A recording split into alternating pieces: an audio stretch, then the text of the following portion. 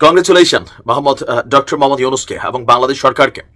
তবে এইটার প্রসেসিংটা আসলে শুরু কিন্তু এই যে ডক্টর ইউনূস সাহেব কাতার গেলেন আর হয়ে গেল, বিষয়টা কিন্তু তা না।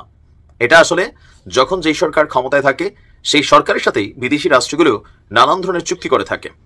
আমরা একটু পেছনে যেতে হবে, নিউজের তারিখটা হচ্ছে ফেব্রুয়ারি 27, 2023।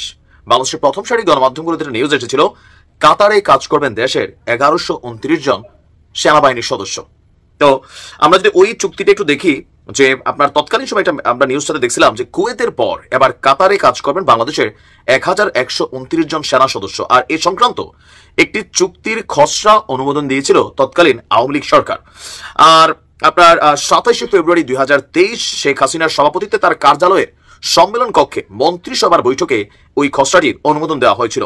এরপর মন্ত্রিপরিষদ সচিব মোহাম্মদ মাহবুব হোসেন সাংবাদিকদের এই তথ্য জানিয়েছিলেন। তিনি বলেছিলেন, বাংলাদেশ এবং কুয়েতের মধ্যে এরকম একটি চুক্তি রয়েছে, তার আওতায় আমাদের সেনাবাহিনীর 5000-এর বেশি সেনা কুয়েতে কাজ করে। একইভাবে কাতারের সঙ্গেও একটি চুক্তি সইয়ের অনুমোদন দেওয়া হয়েছে, যার আওতায় আর্মড ফোর্সের 1129 জন সদস্য ওখানে লিওনে বা ডেপুটেশনে কাজ করবেন। আর এই চুক্তির মেয়াদ হবে সাধারণত 5 বছর, তবে এটি অটোমেটিক্যালি নবায়ন করা হবে। তো 2023-এর পর 2025-এর শুরুতেই আমরা সেই সুসংবাদটার ধারাবাহিকতা পেলাম যে বাংলাদেশ থেকে সৈনিক নেবে কাতার। তার মানে এটা গতকালকে যাওয়ার পর হুট করে হওয়া কোনো সিদ্ধান্ত না, এটা পুরনো একটা সিদ্ধান্ত এই মুহূর্তে বাস্তবায়িত হচ্ছে। তবে সেনাবাহিনীর জন্য এটা আমি সুসংবাদ এই কারণে মনে করছি যে এই দেশগুলোতে আপনি যখন জব করতে যাবেন আপনার স্যালারিটা থেকে 2.5 থেকে 3 লক্ষ টাকা, চুক্তিটা থেকে 3 বছর। সো আমাদের যারা সেনা সদস্যরা আছেন এরকম একবার চুক্তিতে গেলে আপনার একটা টার্মে 3 বছরে কোটি টাকার বেশি উপার্জন করতে পারেন। এমনকি এর পরেও ওই দেশগুলোতে আপনার বিভিন্ন সময় অবসরের পরও তারা কিন্তু চাকরি করার সুযোগ পান। আমার পরিচিত কয়েকজন কিন্তু করছেন এই কাজ, কুয়েতে আমি চিনি।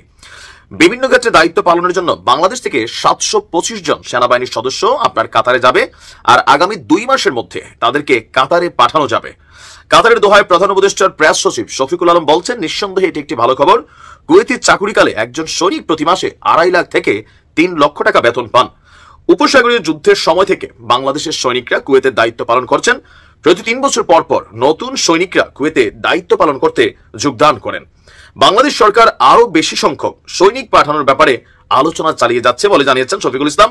আর আপনারা জানেন যে এই মুহূর্তে আর্থেনা শীর্ষ সম্মেলনে যোগ দিতে আমাদের অন্তর্বর্তী সরকারের প্রধান উপদেষ্টা ডক্টর মোহাম্মদ ইউনূসের নেতৃত্বে একটি দল, উচ্চ পর্যায়ের দল বর্তমানে দোহা সফরে আছেন। সেখানে ডক্টর মোহাম্মদ ইউনূস কাতারের আমিরের মায়ের সাথে দেখা করেছেন, এমনকি বাংলাদেশকে তিনি রিপ্রেজেন্ট করতে চাচ্ছেন হাইলি মোটিভেটেড একটা কান্ট্রি হিসেবে, যে সারা পৃথিবীর একটা হাব স্টেশন হবে বাংলাদেশ।